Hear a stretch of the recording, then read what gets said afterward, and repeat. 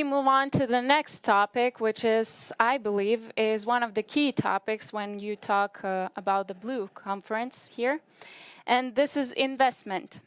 In order to successfully develop blue economy projects where the application of innovations and new technologies is a guarantee of success, the amount of investment is always higher than in development of standards projects.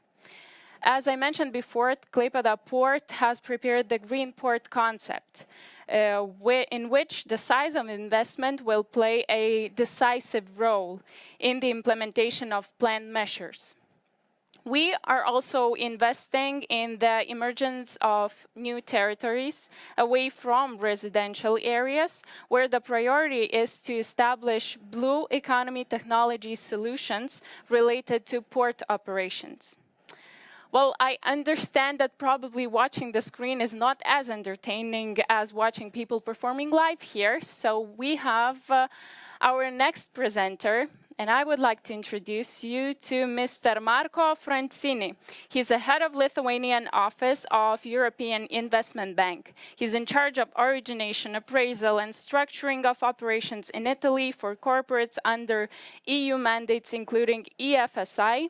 Marko joined the European Investment Bank in 2010, covering a variety of roles for the technical and financial assessments of projects in several sectors across Europe in the bank's projects directorate. Mr. Francini has a background in chemical engineer and holds an MBA degree from Politecnico in Milan. And he will give us an overview of the investment of the blue economy. So the floor is yours. Thank you very much.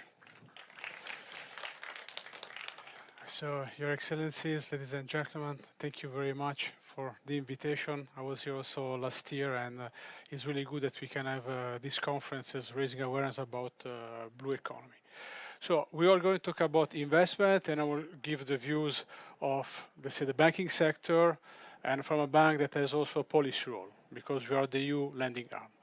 So the first part, I will talk briefly about what the EIB is, because I saw many people didn't come last year, so I will just briefly repeat what we do. I will talk what we do in blue economy and our various initiatives in the sector. And then at the end, I will give some concrete example of what we have done recently in the sector. First of all, so who is the EIB? EIB, European Investment Bank. We are the Bank of the EU. Our shareholders are the 27 member states. We issue AAA bonds in capital market, and with those funds, we finance projects in 4 key areas: SMEs, infrastructure, environment, and innovation. Our headquarters is located in Luxembourg, and we have opened the office for the Baltic state in Vilnius in February 2020. So the EIB group is composed by the European Investment Bank, a subsidiary, the European Investment Fund, that targets mainly support to SMEs, and then a branch, EIB Global, that we have established last year, that focus our support for projects outside the EU. Just some figures. So 2021 was really a very busy year for us. We had a record number of transactions with 14 contracts signed, and for an amount of 444 million. Mainly these contracts have been signed with financial institutions and to support SMEs.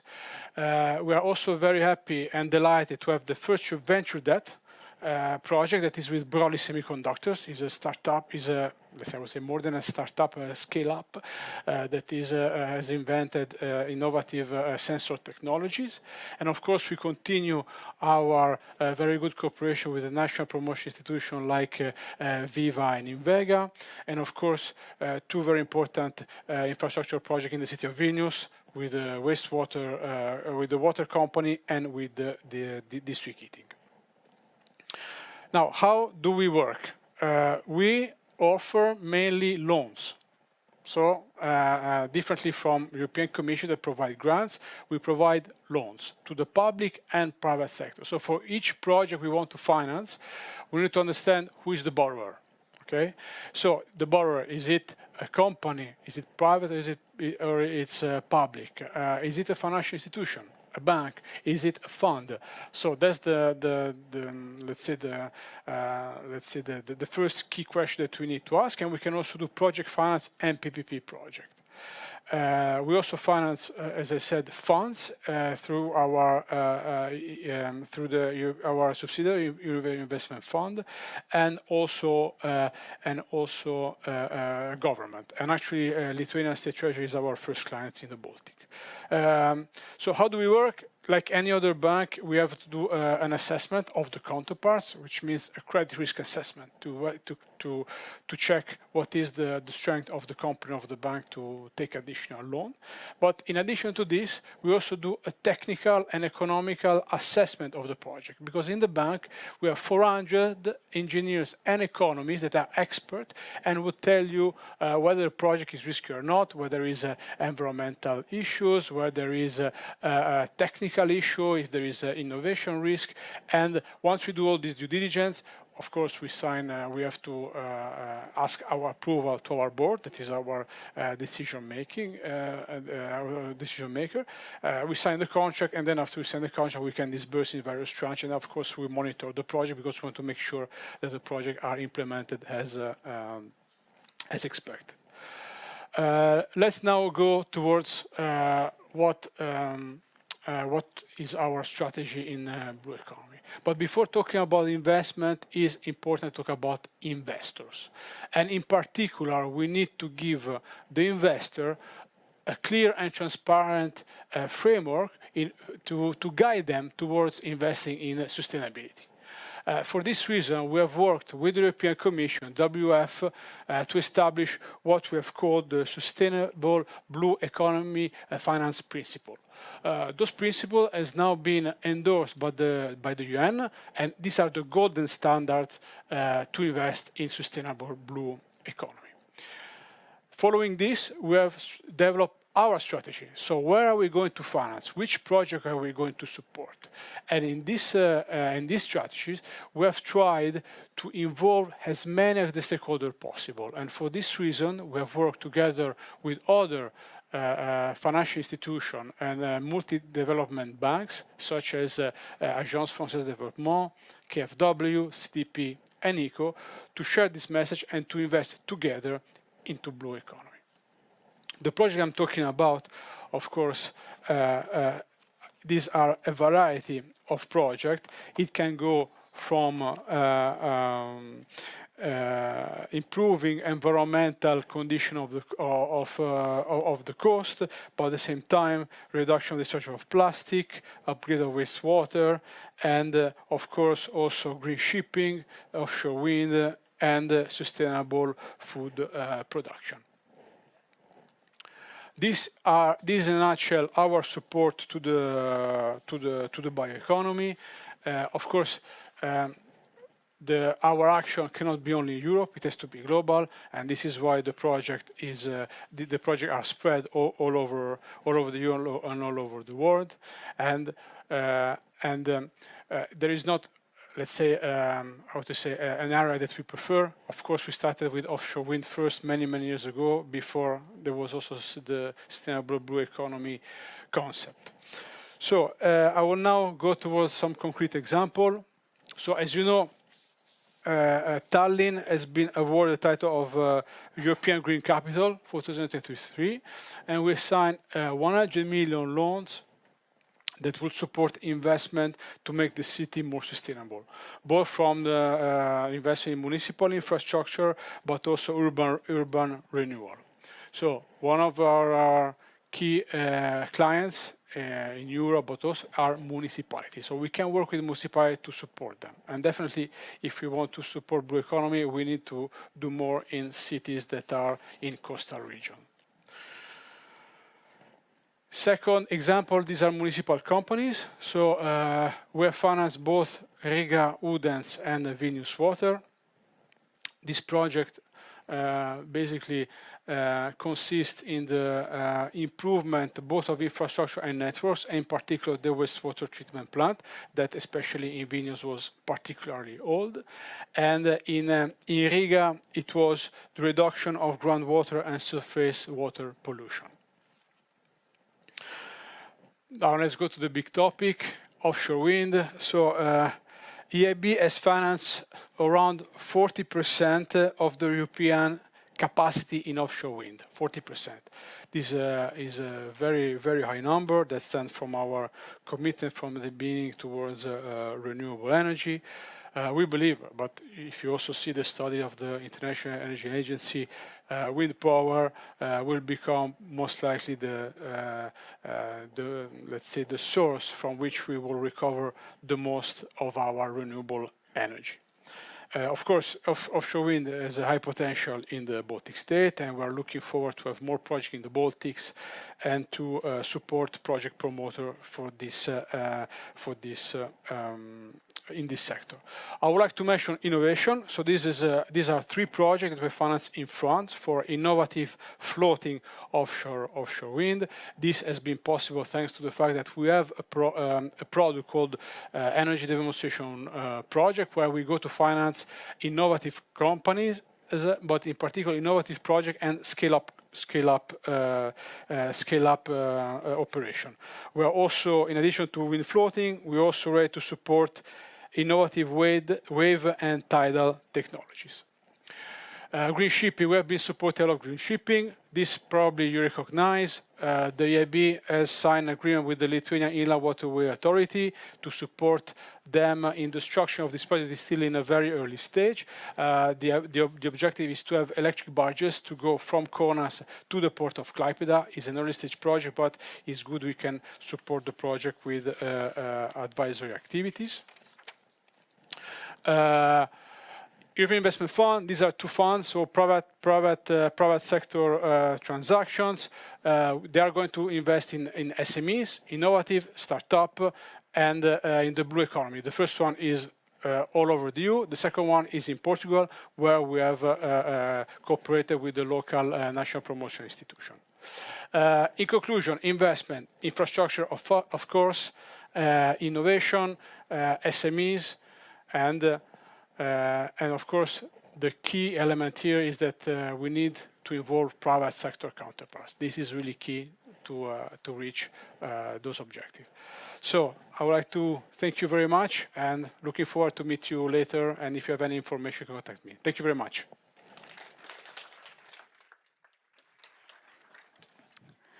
Thank you once again, Mr. Marco Francini. And I would like to move on to our next speaker. And she's a partner at Ellex Valiunas and honorary consul of Luxembourg Grand Duchy, Mrs. Vilija Vaitkute Pavan. Vilija has received a Master's of Law in Maritime Law back in 1994 at Queen Mary and Westfield College, London, worked as an in-house lawyer at Klaipėda Stevedoring Company, presently Klasko, continuing her career in a private law firm. She has participated in several working groups drafting various shipping legal acts of Lithuania, as well as marine insurance-related rules.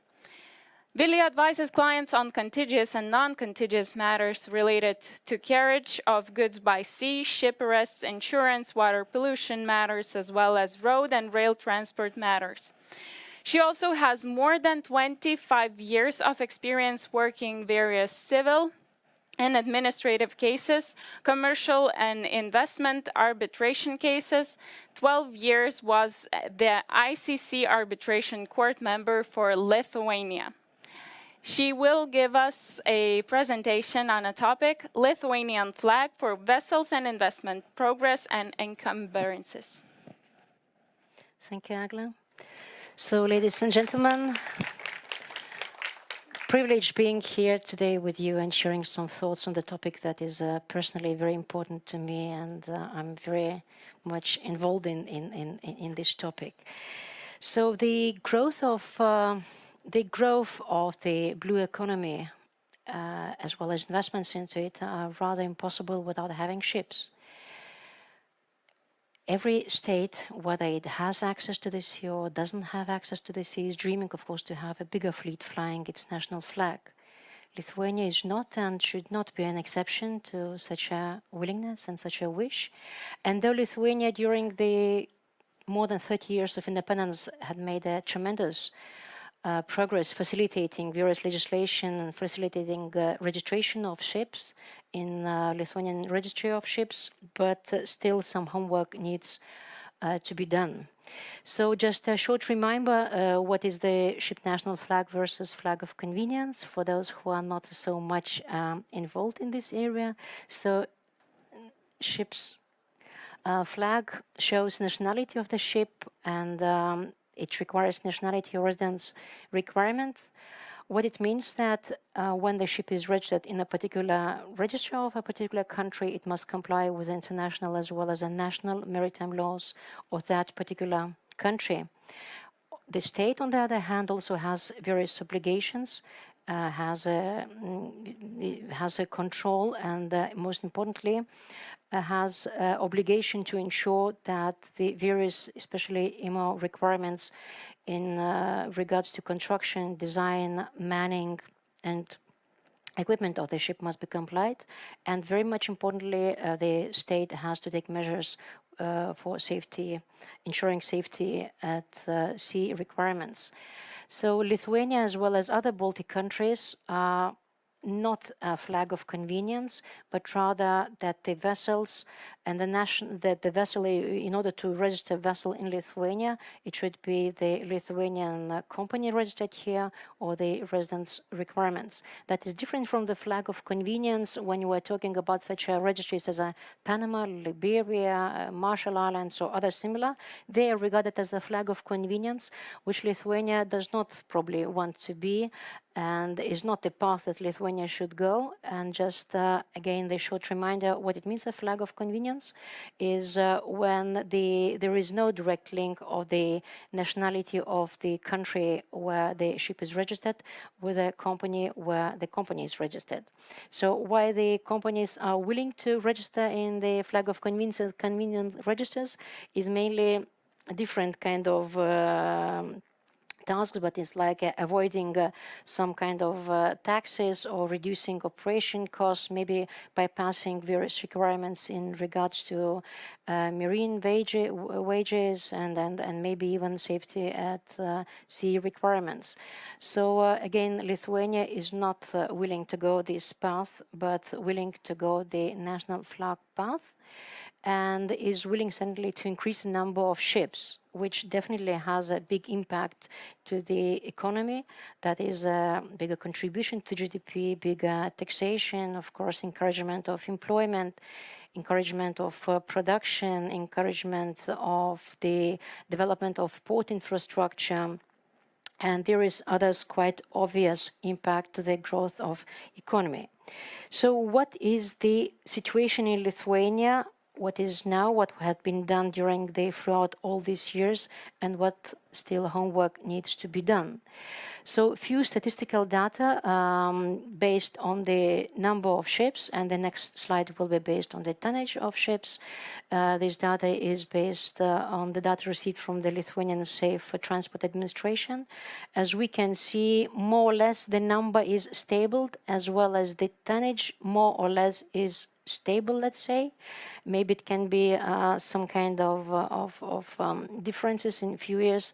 It very much is influenced by the DFDS ships that are registered in Lithuanian ship registry. So this is a statistical data, but the number is stable, is not growing. I do not have the slide on the Latvia, Estonia, Denmark, but if I would, you can believe me, that the number are increasing. Maybe not by times, but nevertheless, step by step, the number is increasing. So why in Lithuania is not increasing, and what still has to be done, that the number of ships in Lithuanian register would be increasing? In my personal view, there are like 5 main pillars which are important for the ship owner to decide in which register to register the ship. So first is ratification of important maritime conventions. Secondly is when you already know that, okay, that country complies with the international requirements, how easy it is to incorporate company and how easy to manage that company. Then, of course, when you have a company, when you have a ship, you have to manage the crew requirements, and the wages requirements are of the very much of utmost importance.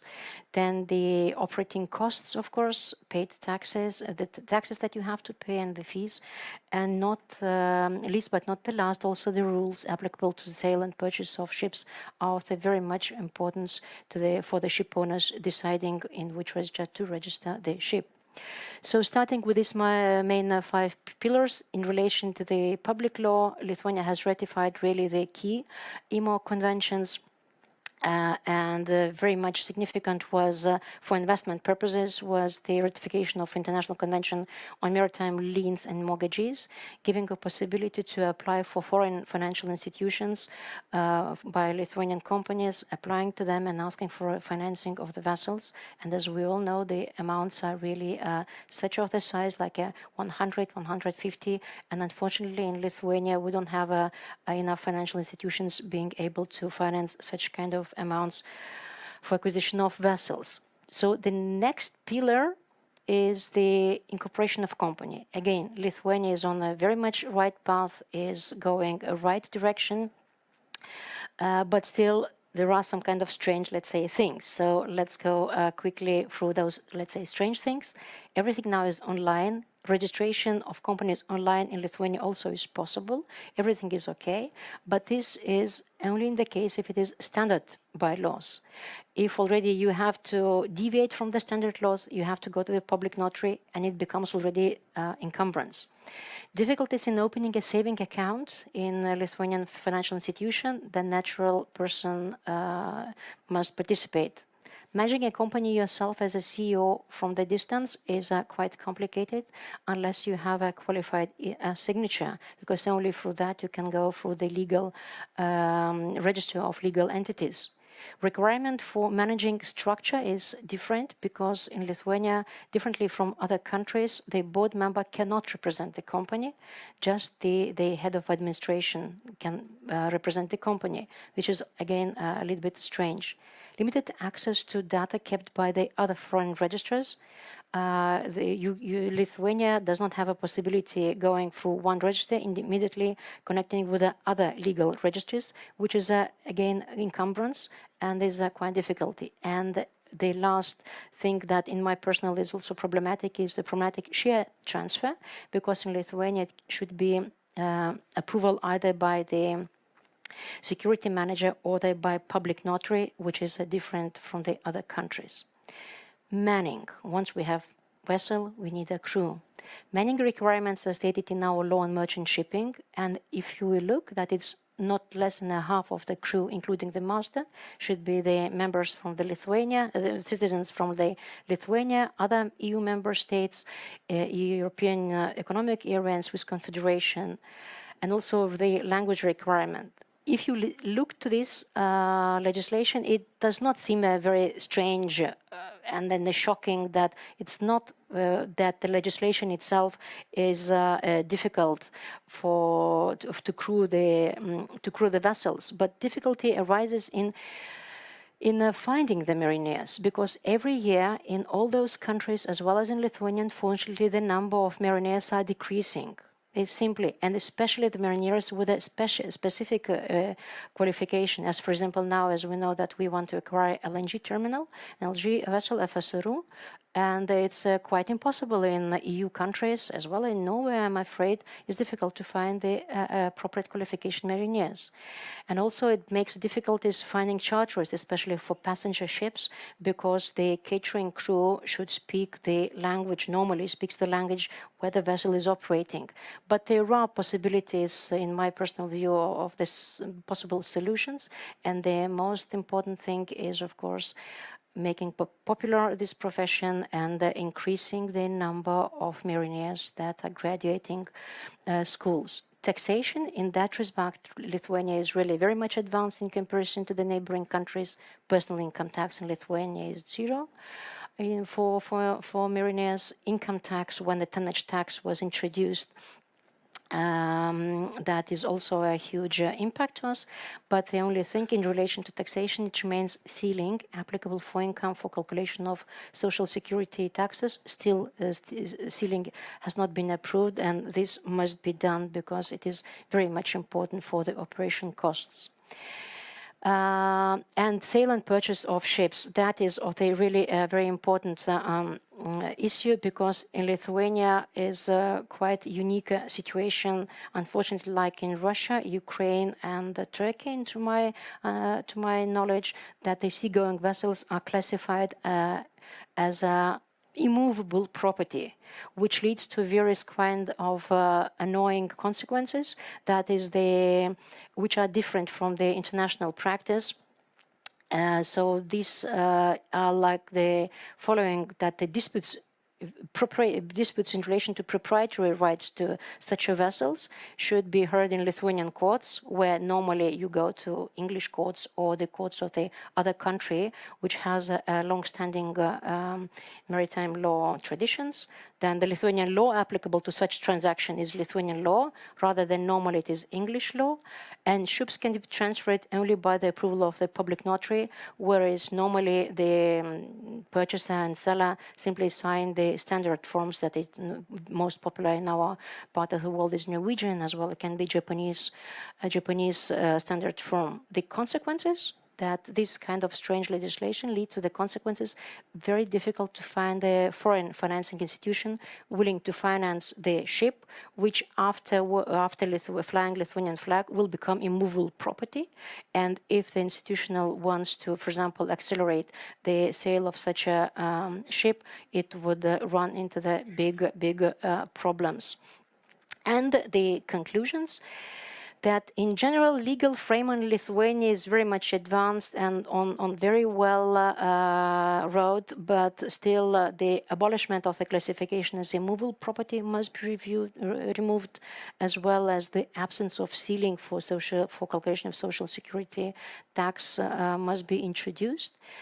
For mariners, for the crew, it needs much more popularity, much more promotion of mariners' profession, and the specialists for appropriate qualifications must be more, how to say, in Klaipėda High School, must more graduates. How to achieve this is another way, another thing, how to think the strategy should work in that way. Even if we have all this legislation in place, nevertheless, it's not enough just to sit and look to the sky and think that, okay, we have done everything and the ships will come to our ship registry. It's not enough. We need a promotion. We need a very heavy promotion. And I looked at the Lithuanian Safe Transport Administration. You need more put attention to promotion. For example, as I know, Latvian administration last year went through all our ship-owning companies and promoting Latvian registry. So maybe it can be a willingness of Lithuanian safe administration could be introduced even by law.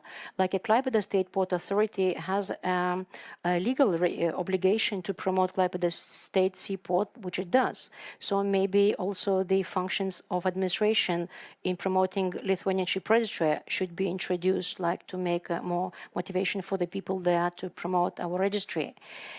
And we don't have one website when all relevant information encouraging people to register their ships should be in one place. That is starting from the conventions that we have ratified, what are the requirements for the incorporation of a company, management of the company, taxation, and all other matters that I've talked about. It would be very good to have them all this information in one website in English language.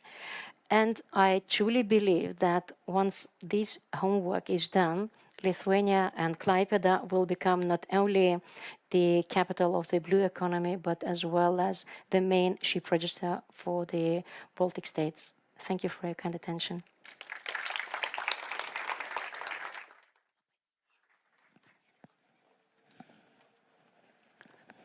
Thank you, Mrs. Vilija. And now we would like to move on to next presenter, which unfortunately, I wasn't here last year, but I heard that his presentation was very insightful, so I can't wait to hear. And I would like to introduce you to Mindaugas Petrauskas. He represents one of the company who is sponsoring this event, so thank you. And he is a general manager of Hoegh LNG Klaipėda. 20 years of experience in port, shipping, and energy sectors, managing FSRU independent operation in Klaipėda and participating in development and operations of other similar assets globally. He is also Norwegian honorary consul in Klaipėda since 2016. So, the floor is yours. Thank you, Simona. Ladies and gentlemen, nice to be back in the Klaipėda Manifesto.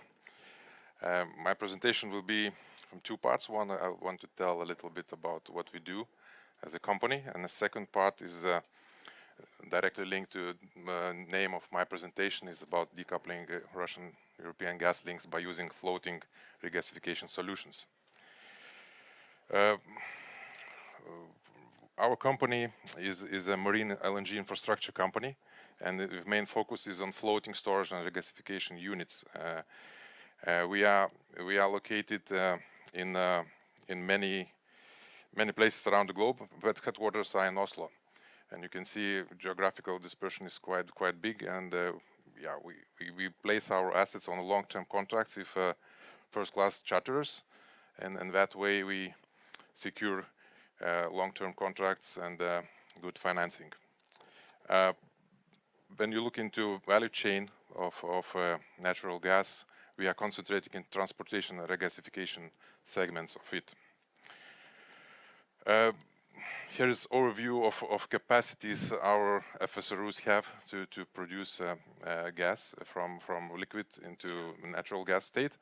And you can see it ranges from 2.7 million tons per annum to 7.5 million tons per annum. And you might wonder, independence is on a smaller side here, which is true, and that was based on local requirements at the time when vessel was constructed. It would be nice to have a bit more capacity these days, then there is so much demand in gas. Okay, I will start discussing this main topic of my presentation, and we can say that decoupling of Russian European gas links has started irreversibly.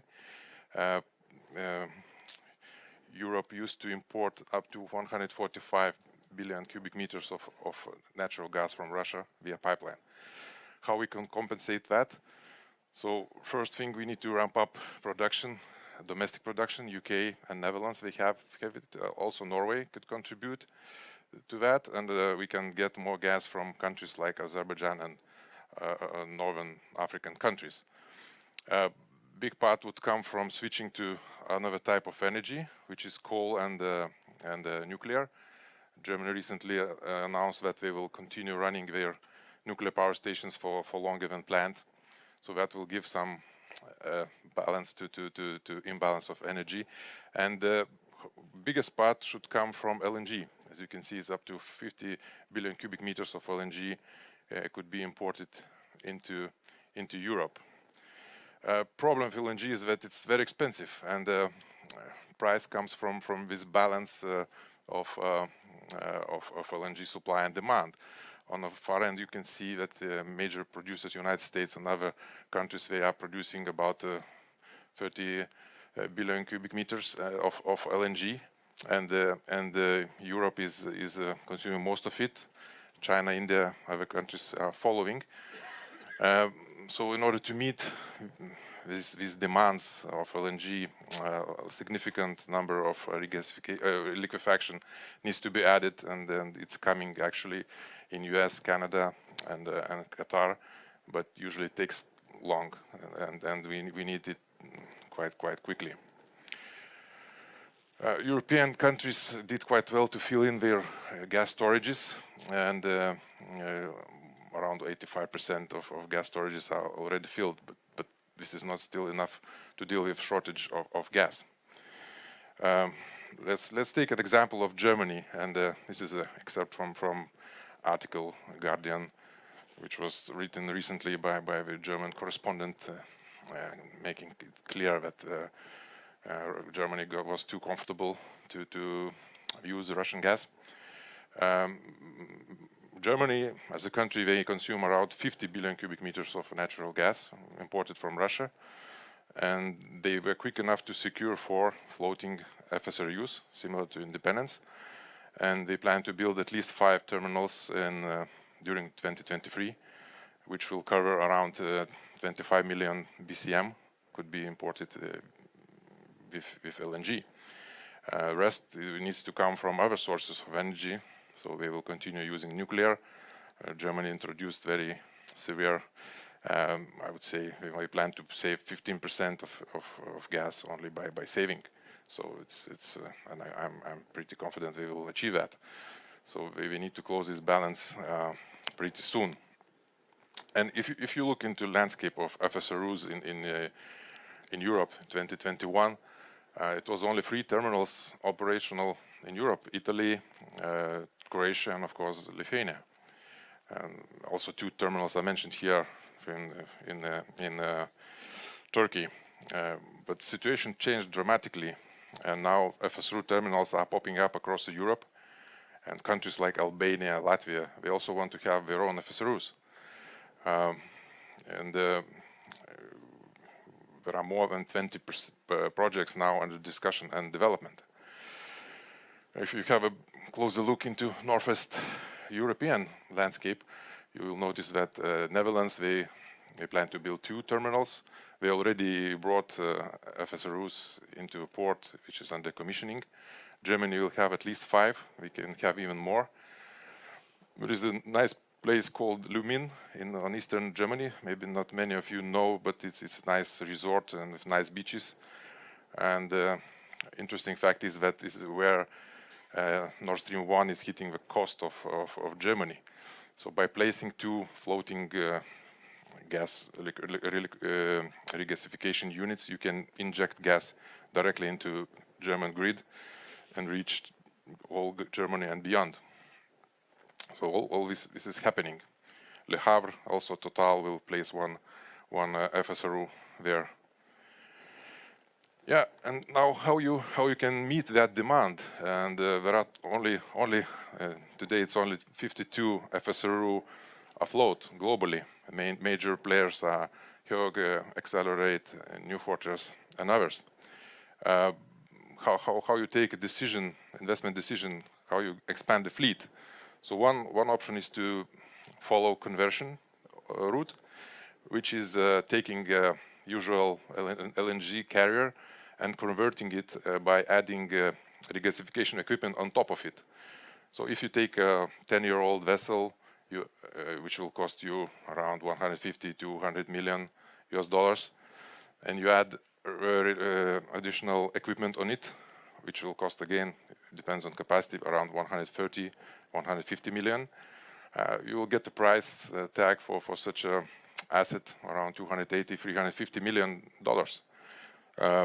And it will take you 2 years, 24 months to deliver this because of long lead items. And also you need to spend considerable time in the shipyard. And we see this price is growing up quite rapidly. An alternative is to have a brand new FSRU. You can order it at a shipyard in the Far East. It will cost you around 350, 400 million. But the problem is that it will only be delivered in 2027, so it's 4 years from now if you place order now. But many countries, we do not have this luxury to wait 2 or 4 years. They need the FSRU now, so that is driving demand for FSRUs, and all of them are booked at the moment, and anyone which is expiring contract will be, I'm sure, booked at a high price. Yeah, so this is my presentation. Thank you for your attention. I don't know if you have any questions. I will try to answer. Please. No. Thank you. Yeah, well, please. Mindaugas, thank you so much for your exciting presentation. I have a story to tell you that you don't know, perhaps. I was attending a meeting in Norway with the then former ambassador to Germany, Petter Ølberg, you know Petter, who just came home in April from Germany. And he said that when this happened in February, after some time, he received a phone call from Hoegh LNG in Oslo saying that we have this FSRU available. Would that be something that Germany would be interested in?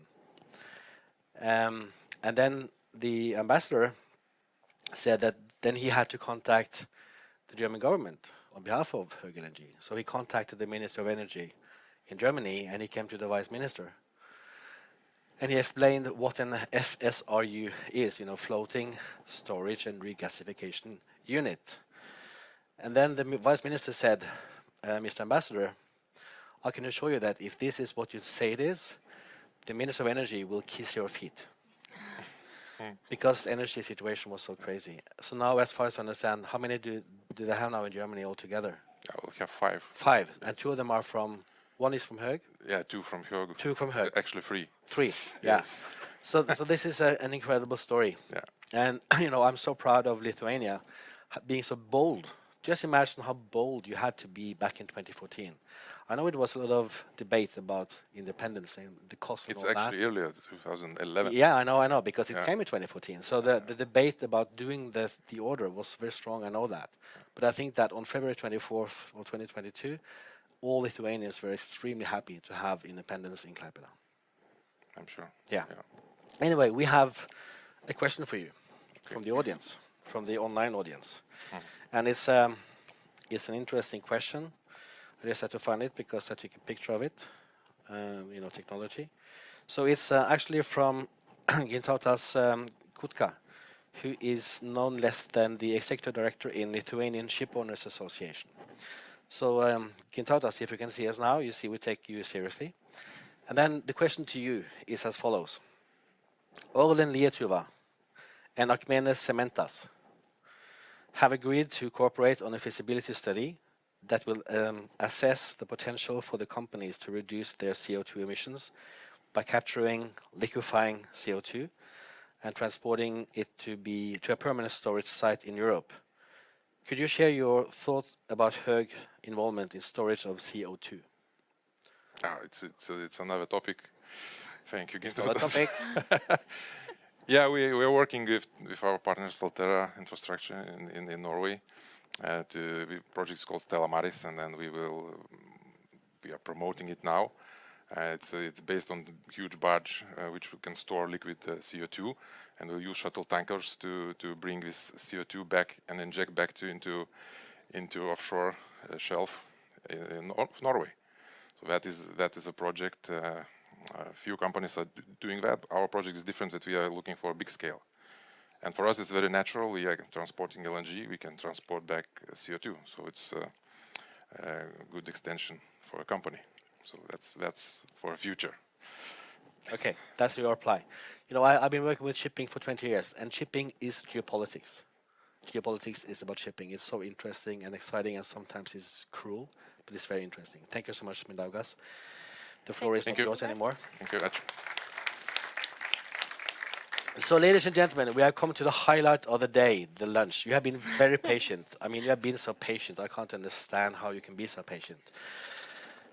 Now we have lunch, but before we go for lunch, we have something to say and to remind you about. We have to say a big, big thank you to our sponsors, without whom this conference would not be possible.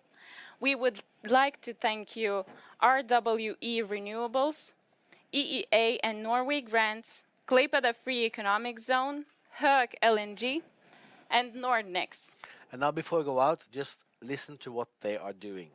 So we saw RWE this morning. And by the way, they have just signed up with Lithuanian Maritime Cluster. So now they are part of the Lithuanian Maritime Cluster as well. RWE is global leader in renewable energy, ranking second in the world in terms of the number of managed offshore wind farms in the Baltic Sea region. I don't know who is ranking number 1. Does anybody know who is ranking number 1? No, you don't? We have to find out. RWE, well, they said that then they're number 2. Right? Ranking second. Okay, we'll get back to that. Klaipėda Free Economic Zone, you all know that. Klaipėda FES is the most successful free economic zone in Lithuania, combining manufacturers, product innovators with more than 1 billion euros in annual turnover and 5,000 employees up in the park. EEA Norway grants. That's a price Norway pays not to be a member of the European Union, right? One of the many prices. And that's a price we pay with pleasure, Ole, isn't it? So just increase the amount. We see it goes to good purposes. Anyway, EEA Norway grants.